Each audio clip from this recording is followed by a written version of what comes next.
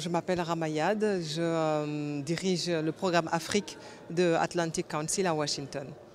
Alors à Washington, effectivement, au sein de Atlantic Council, nous avons un programme atlantique qui résonne parfaitement avec l'initiative atlantique de Sa Majesté le Roi du Maroc.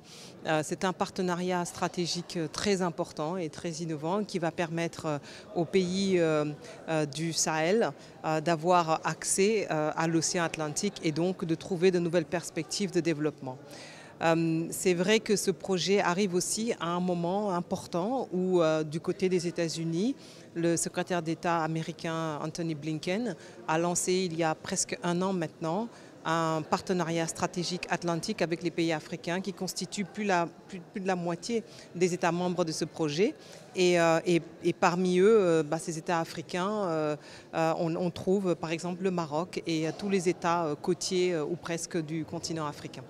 Donc en effet, l'esprit, c'est bien qu'il faut regarder vers le sud. L'Atlantique Nord, l'OTAN, a longtemps dominé les discussions à Washington et continue d'ailleurs, puisque la semaine prochaine, Washington reçoit le sommet de l'OTAN, 75e anniversaire. Mais nous sommes là aussi pour rappeler qu'il y a une Atlantique qui monte, c'est l'Atlantique du Sud, l'Atlantique africain. C'est l'avenir. Et qu'il faut aussi dépasser la dimension uniquement, exclusivement sécuritaire pour embrasser toute la réalité des enjeux africains qui ont rapport avec le business, avec le développement, avec la question climatique, avec la question des câbles sous-marins, la question énergétique, la question de l'énergie renouvelable. Donc toutes ces questions doivent aussi être traitées à travers le partenariat atlantique et ça tombe bien, ce sont des éléments que couvre le projet de Sa Majesté le Roi. Ce qui se passe avec ces pays du Sahel, évidemment, c'est le contexte, un contexte compliqué. Ces pays ont connu des coups d'État, pour la plupart, qui ont donné lieu à des sanctions, à la fois par les organisations régionales comme la CEDEAO, l'Union africaine, mais aussi les partenaires étrangers, que ce soit les États-Unis, l'Union européenne et puis la Banque mondiale, par exemple. Et dans un contexte aussi où ça fait 20 ans que les populations, elles, qui n'ont rien à voir avec ces mouvements, cette insécurité ou cette instabilité politique, font face à une guerre contre le djihadisme. Et ces populations sahéliennes en sont les premières victimes. Donc que fait-on ? Est-ce qu'on reste ainsi à se lamenter ou bien à déplorer et à sanctionner les responsables des coups d'État? C'est fait, mais les populations elles-mêmes, il faut leur offrir parallèlement des perspectives. Et c'est bien le sens de ce projet. Comme je rappelais tout à l'heure, Sa Majesté le Roi s'appuie sur la constitution marocaine qui parle non pas des régimes politiques, mais des populations elles-mêmes, les pays frères du Sahel.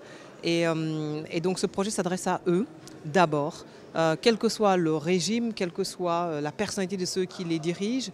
La question avec ce projet, c'est plutôt de s'adresser aux populations. Et ça, c'est très important pour ne pas les pénaliser, encore une fois, les pénaliser par rapport à l'insécurité au niveau effectivement des attaques djihadistes et ne pas non plus les pénaliser au niveau des sanctions parce que ce sont elles qui vont supporter aussi le prix des sanctions par des souffrances supplémentaires. Donc ce genre de projet offre une perspective peut-être plus positive, une espérance peut-être plus forte et cela permet aussi de voir beaucoup plus loin. Et c'est en cela que c'est intéressant. Notre credo, c'est si l'Afrique va mieux, le monde ira mieux aussi. Parce que l'Afrique, ce qui s'y passe, a un impact mondial. Le continent va doubler sa population, donc ça va impacter le monde. Donc, je ne parle pas d'immigration, ce n'est pas ça mon obsession. Je parle plutôt d'opportunités en termes de clients, de consommateurs. Au niveau des perspectives économiques, ce sera intéressant. J'évoque aussi le fait que le continent est en train de construire la plus large zone de libre-échange au monde. Ça va impacter aussi parce que ce sont des investissements. Les pays africains vont commercer plus entre eux. Le commerce, c'est la paix. Parce que pour commercer, il faut qu'il y ait la paix. Donc ça va impacter. Le continent, c'est aussi le lieu de la plus grande révolution digitale au monde. Quand on sait que l'intelligence artificielle est déjà là et que cette jeunesse du monde qu'est l'Afrique, 70% de la population à moins de 30 ans, va se saisir pleinement de ces problématiques digitales.